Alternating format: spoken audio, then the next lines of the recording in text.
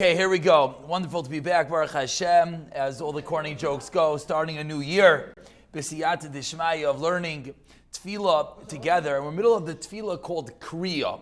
Kriya, as we're going to say many times over the next few days, culminating with all the Hashems and Yom Kippur.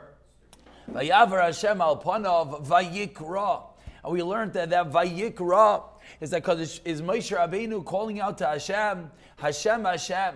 And the uniqueness of the tefillah called Kriya, which is what we're discussing, is calling out to a person with his name.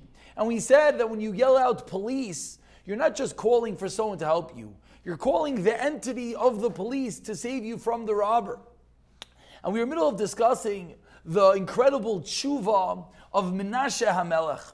How Menashe is sitting there, boiling in a cauldron, about to be literally boiled to death. And he davens to all the avodah zaros in the world. And finally he davens to Hashem, and Hashem answers him. And from here we spoke about how we learn the Yesod, the idea, the foundational idea of the Vilna Gaon, that even a Rasha, if he has real bitachon, real belief, he will be saved. And from there we explained that the real belief for a Rasha has to be even more at some levels than a tzaddik. As the Rasha has to understand that he's at the lowest place so far from the king. But if he calls out to the king and he puts his full reliance in the king, the king, will answer him. But let's go one step deeper into the story of Menashe. Because when we look at the tefillah of Menashe, we find something absolutely startling. He says that Hashem, if you don't answer me, then you're like all the idols, Rahman al-Itzlan. And the question is, why did Hashem have to answer him? Such a chutzpah to talk to Hashem that way. Such disgust. You're sitting there and you're just basically almost kaviyachol pushing Hashem into a corner and saying, if you don't answer me, then you're like the same. Hashem should have said, you're a Rasha, and go burn. Why did Hashem have to answer him? What exactly does it mean that if you have bitachon, even a Rasha, Hashem will answer you? So explains the Shimshon Binkus something absolutely fascinating. That this really touches at the crux of this particular type of tefillah called Kriya.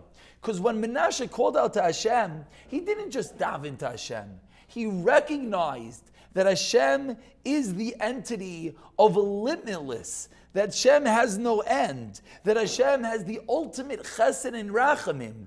And that is the name of Hashem that answers specifically to he, the Rasha, he that is so far. He called out to him with that name, with that understanding that Hashem has absolutely no limit to his rachamim, to his divine mercy. And that is particularly why Hashem answered him. So yes, was it a disgusting at some level tefillah? The answer is yes. Could Hashem have said, why do I have to answer you? Perhaps. But the tefillah of Kriya, of calling out with that particular name of Hashem, understanding that the rachamim of Hashem never has any end.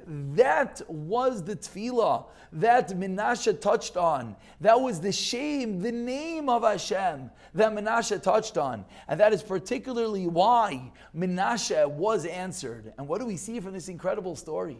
Aside from the fact that we see, as we spoke out the previous Shearim, how bitachon transcends all boundaries. How even he who's the Rasha, he who is so far, he is not deserving, still could turn back to Hashem.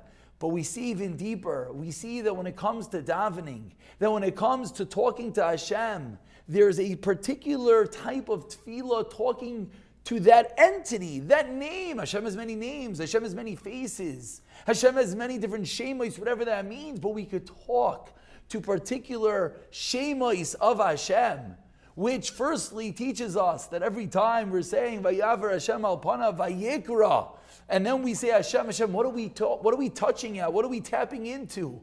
We're tapping into that Shem Hashem that even a Menashe, even he that perhaps might talk disgusting, is able to tap into, because that's the Shem Hashem of the ultimate Rachamim, realizing that Hashem is the being of ultimate Rachamim.